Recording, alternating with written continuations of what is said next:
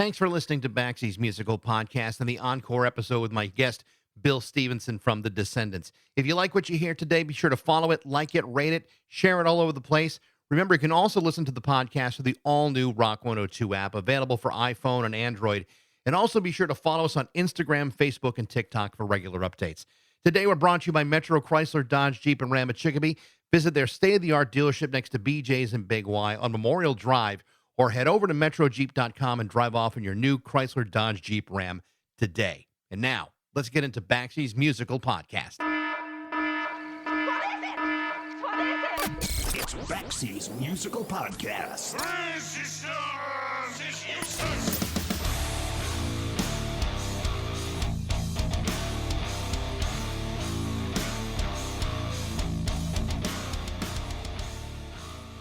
A few times over the last several months, I may or may not have pointed out that I play the drums. I've also made it known that in spite of that fact, I don't play the drums very well. In fact, I would describe my skills being somewhere wedged between terribly pedestrian and not very good.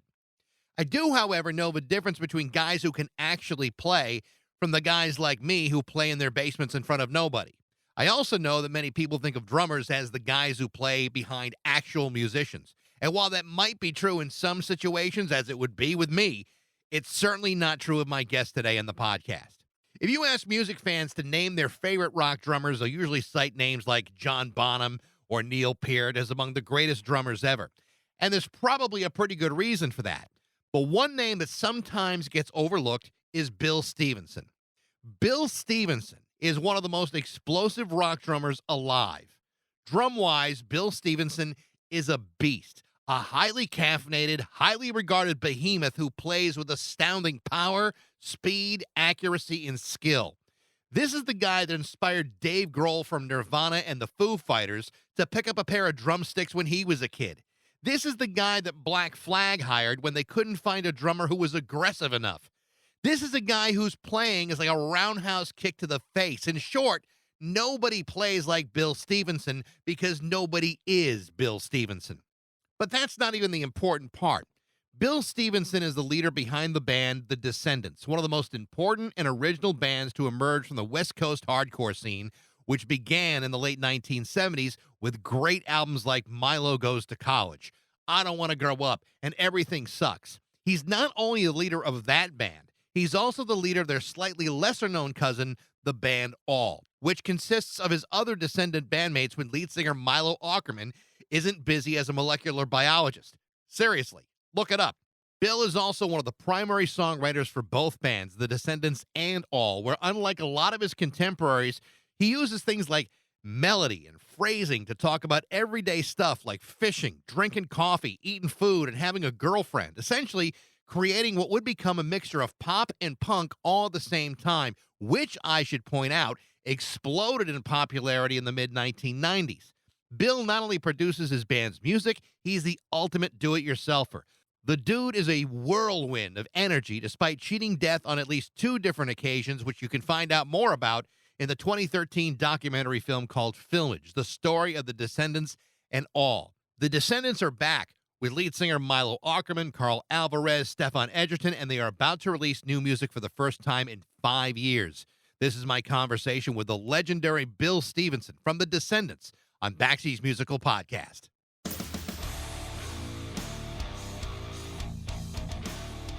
Hi, how you doing? I'm good. It's a real pleasure to talk to you. I've already brewed a pot of coffee. I'm ready to go to talk to Bill. Okay, I'm ready. I just finished watching, probably for like the 3rd time in the last 2 weeks, the Filmage documentary about the band and you. And I just thought it's such an amazing story of you guys, and especially the passion that you brought to that, to not only the Descendents but to All and everything you did. It's a hell of a story. I think those guys did a really good job. I was so relieved when I saw it, just because I wasn't involved with any of the kind of editing or the direction of it at all. Right.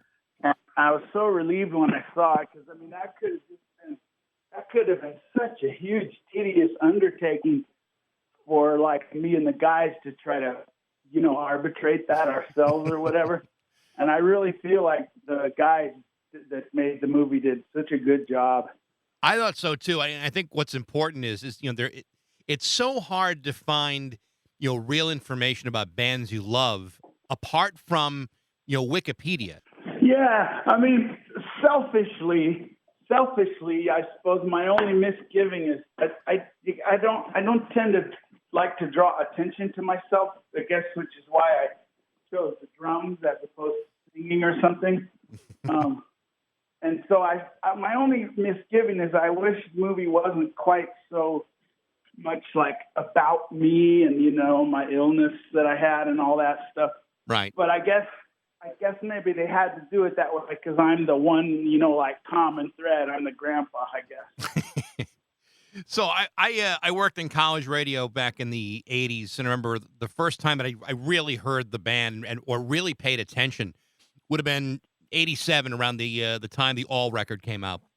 And, I played drums in high school and not particularly well, but I remember hearing songs like Coolidge and then Clean Sheets and thinking to myself, Jesus, this drummer is freaking bananas. Like it wasn't just that you knew what you were doing, but you were doing it in hyperdrive. And, as a young kid who, would play drums, I would listen to that going, how the hell's he doing it? And then I realized, oh my God, he's all jacked up on coffee. Yeah, that's funny. In this day and age, okay, at age 57, I'm kind of, I'm trapped by those very same arrangements that I was, that I made when I was a kid and full of energy and full of coffee. Those are getting difficult for me. So it's like I even have to drink more coffee now to pull off some of those more difficult things. And I keep doing it. I mean, even on our brand new record, I feel like those are my most difficult drum arrangements probably ever for Descendents. Or it's like I don't know, I guess it excites me to sort of challenge myself, but at the same time, I don't want to just show off or, ruin the song. But it's almost like I like to see how interesting I can make it without the song structure kind of collapsing. That's kind of been my angle, I suppose. But I think based on the songs you've done, to me it doesn't feel like you're overplaying those songs. To me, those arrangements are pretty spot on. I mean, I think of like the album Everything Sucks. I mean, just the first 3 songs in that album alone, the drumming is just, it's perfectly done. And there aren't a lot of drummers where you can hear them and say, oh my God, that's got to be Bill Stevenson. But I'm pretty sure I can identify your playing most of the time, that it's, you just have a signature way of playing, and there's always a lot going on there. Well, I was fortunate to be amidst a huge pool of great influences. To be in LA, be young and impressionable in LA during the late 70s punk movement was, oh man, I can't even explain how fortunate I was to be there. There was Robo and Black Flag, and then there was Jack from The Last, and John McCarthy from the Alley Cats, and DJ Bonebreak from X, yep. And Don Bowles from the Germs, and Carlos from the Plugs. And Carlos from the Plugs was actually one of Robo's favorite drummers, so we would watch him, and Robo would point things out to me. And I'm probably forgetting drummers, but even like Little Alan from Wasted Youth, he was a beast, and Lucky was incredible. I think the drumming on Red Tape by the Circle Jerks, I feel like that's the pinnacle of punk rock drumming. I don't think no one's come close to that, in my opinion. Yeah, you bring up the Circle Jerks. Real quick. Several months ago, I interviewed Keith Morris from the Circle Jerks, and I read his book. And one of the things that really struck me, and I guess as a fan, it's hard to even imagine how really small of a community that was. It's like there weren't that many of you to go around. It just seemed like everybody that was around you was in a band and in multiple bands all at the same time. Yeah, the scene was small to where there was a family element to it, but at the same time, it was small enough to where, say, you had a bunch of young men kind of competing for the same group of young women. So there was, little jealousies and between bands and bands, ridiculing one another. I think that kind of that Black Flag Circle Jerk rivalry was sad because I was, kind of in the Black Flag camp. It sort of prevented me from appreciating the Circle Jerks when at that moment in time, but I sure appreciate them now. The thing about Black Flag, and I'm glad I have you on the phone to talk about this, because the stories I've read and the interviews that I've done, it sounds like a definitive turn in events with the audiences. At first everything was fine. You were playing small little venues or wherever you could, and then all of a sudden there seemed to be an element of the crowd that only looked at it as like a rumble rather than a show, rather than to have fun. They were just there to kick the shit out of each other. I mean, when you were in Black Flag, was that still going on at that point? I think I feel like that thing peaked in like the early '80s. The thing you're talking about, it went from being punk rock went from being artists and kind of people who just don't fit in anywhere, nerdy people, artists, all the outcasts of the world kind of bonding together. Right. It went from that to like a lot of displaced jocks and various miscreants and malfeasance of whatever sort started showing up at the shows and just looking to blow off some steam and looking to take drugs and drink and see how many girls they can get with and all that. And the music became, I'm generalizing here, but I think there's no other way to talk about it. The music kind of became dumber for a while in general. If you think about all those bands I named a few minutes ago, not one of them sounded anything like each other. But then I felt like in the early 80s, this kind of the hardcore influence, it kind of made the music dumber. It was just all about how fast you can play and how much kind of muscle you can put into it. And Black Flag, I mean, we had the speed and the muscle, but there was also a lot of intelligence to it, particularly just in the phrasing. Black Flag's phrasing is very complicated, but it's moving so quickly, it goes right over a lot of people's heads. How did you get asked to join Black Flag? I mean, I know Robo left, but how did they approach you? Well, it was simpler than that.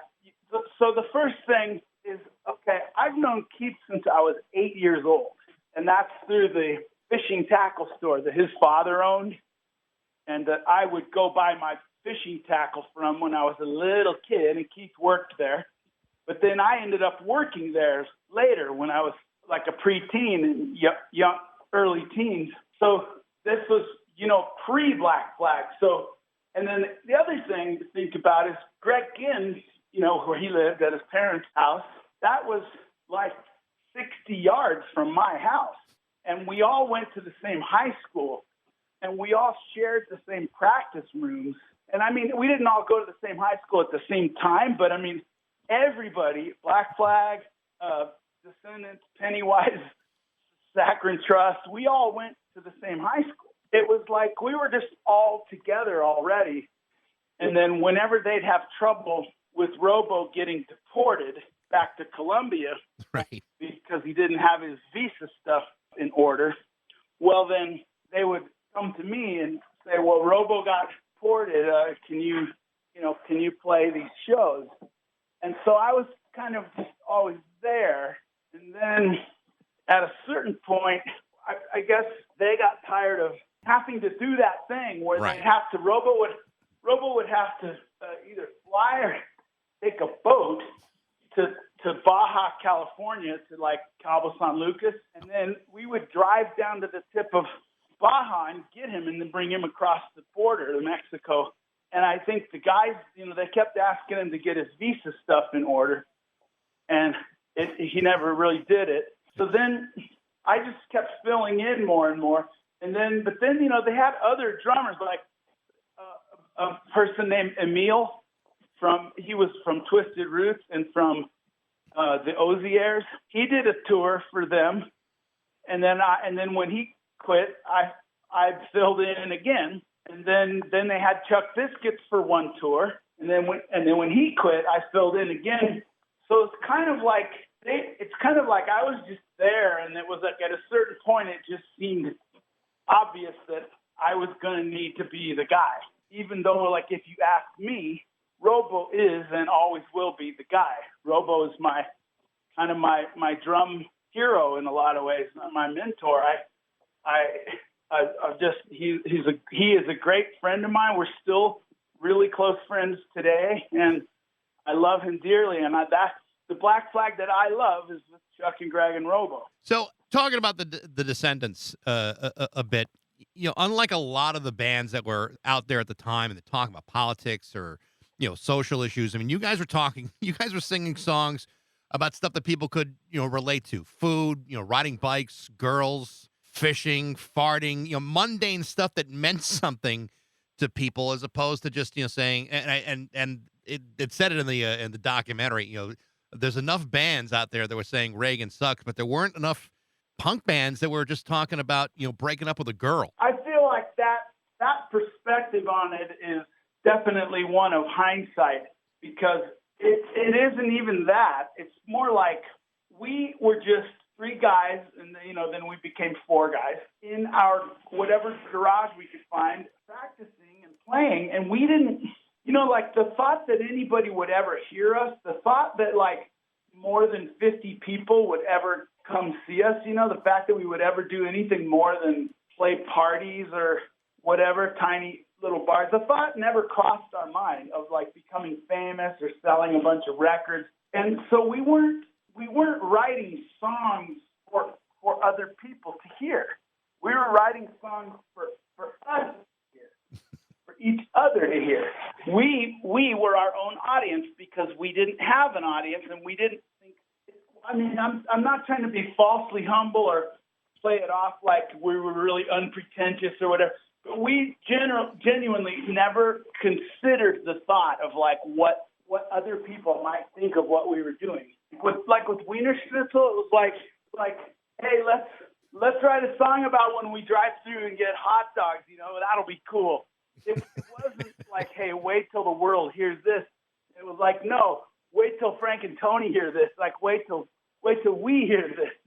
Together. That's all it was. And then if one of us had a breakup or a bad experience with a relationship, well, we'd write about that because that was what was on our mind. Like I said, we lived in our own little bubble. I was listening to the Enjoy record just this morning, and I was listening to. Yeah, I mean, who in their right mind would put a song on there that's just us farting into a boombox? But Bill, it's that sheer freaking poetry was what that is. That's punk rock poetry. You farting into a boombox is like that. That got me through college. Yeah, yeah. I guess it's just funny. We just we're in our own little world.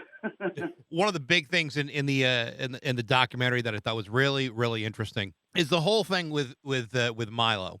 And you have a guy who is a big fan, joins the band, becomes the lead singer, and at the same time, while he's kicking ass with the band, he also has this burning desire to be a scientist and get a PhD and become a biochemist. But he's always come back. Like he'll be with the band, he'll leave, he'll get that thirst quenched, but then he still comes back. How would you sum up a guy like Milo and his career with your band? Well, I'd start by saying that Milo is the dearest and best friend that I've ever had, and he is the kindest, sweetest friend that anyone could ever want to have. He has tolerated so much BS from me over the years that I couldn't I couldn't thank him enough. I probably, he's helped me through so many things in my life.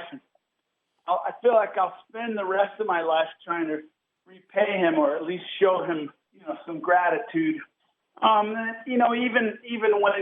Even when I got sick and everything, and he wrote that song "Come Back Kid." He wrote that the day that I got out of my brain surgery. Then when I was going through a little battle with sadness, or I don't know, people throw the word depression around a lot, but I went through maybe a little bout with depression, and I started drinking too much and stuff. And then he wrote that song "Smile" for me. He's just Milo's a beautiful person, and so I can't untangle the friendship from the bandhood. But basically, until recently he was a scientist first and foremost, and I always knew that. So, when we did Milo Goes to College, the thought that he would continue or to come back to the band later, that never crossed our mind. We never thought that was a possibility. We were doing shows with Ray singing, And so the fact that he's come back and come in and out of the band, I mean, that makes sense to me, because he's a scientist first and foremost. And I'm a musician first and foremost, I guess. I mean, it's kind of where I have ended up.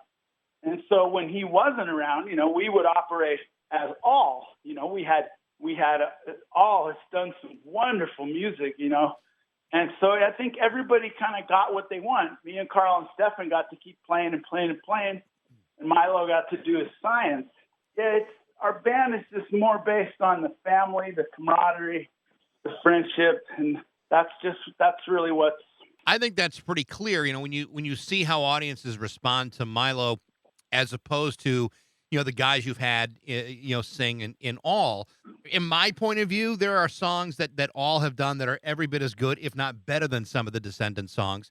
And it is kind of strange to me that all did not get the love and respect that the Descendents have. But I think a part of that has to be that audiences just embrace who Milo is. I think they see exactly what you describe him as. It's a good, solid person who doesn't seem like the kind of guy who would be the lead singer of a band, but damn, he does a hell of a job when he does it, because he's believable and sincere. Yeah, there's like a Clark Kent Superman kind of thing going on there too, So you talk about your health a little bit. How are you doing now? I mean, you had two very serious physical problems. Was it an aneurysm or a blood clot, and then also the tumor? I had a pulmonary embolism, which is basically a huge blood clot in my lungs, which almost killed me instantaneously. And then I had a huge brain tumor. My health is great. In fact, I hope you can hear me clearly enough, because I'm walking while we're doing this. Yep. I have the phone in my pocket and I'm walking, so if you hear me breathing a little weird, it's not because I'm an old man. It's just I'm just trying to get my miles in. I try to move around for an hour and a half each day, and I don't go to the gym during COVID. So I just set up a little thing in my basement. I'm fortunate enough to have a decent sized basement. It's like my basement's like almost 2,000 square feet.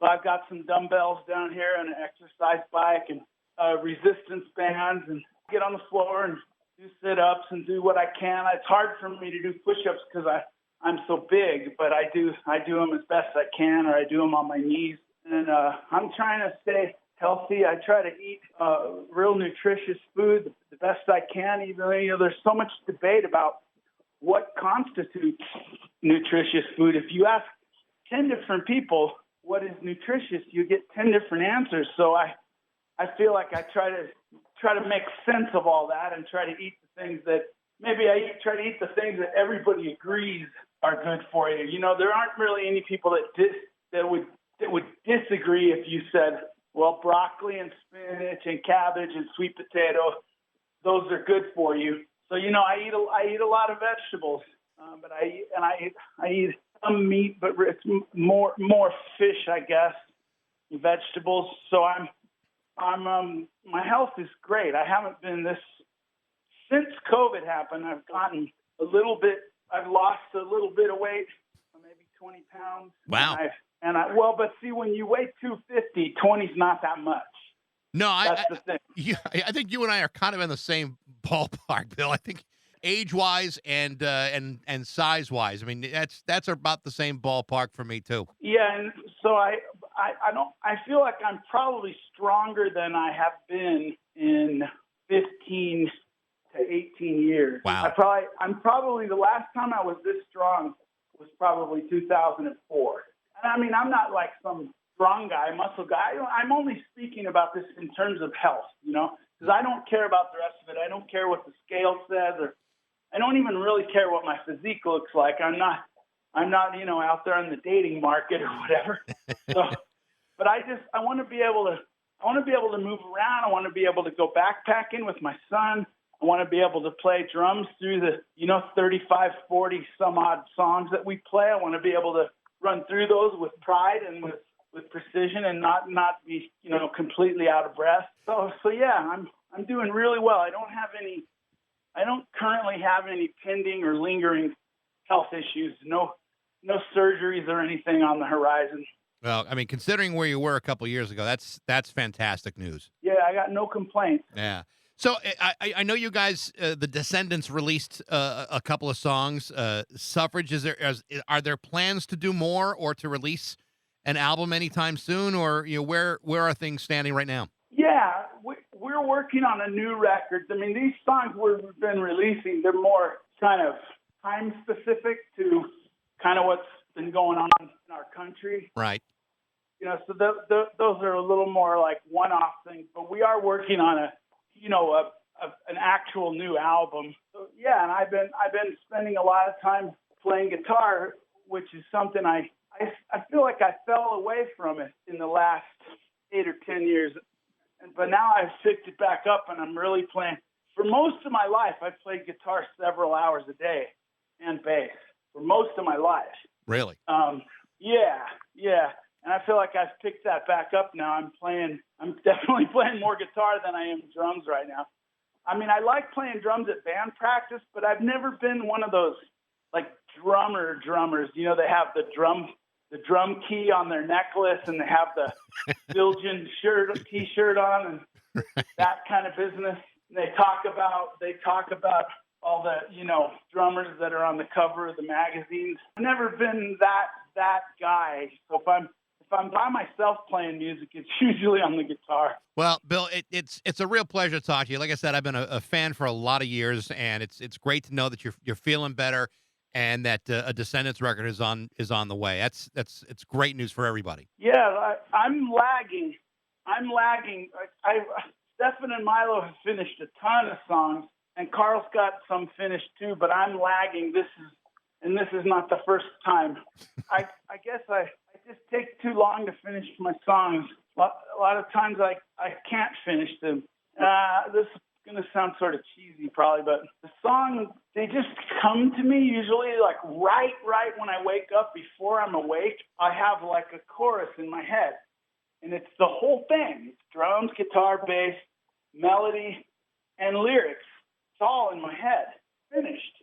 Done, like on the record. But then I have to wait for another such dream thing for the verse or for the bridge or for the intro. Sometimes I get lucky and I have this dream and there's the chorus, and then I go in and I document it in some way, some recording, whether proper or crude. And then the other parts kind of come to me right then. And then the song's just finished super quickly.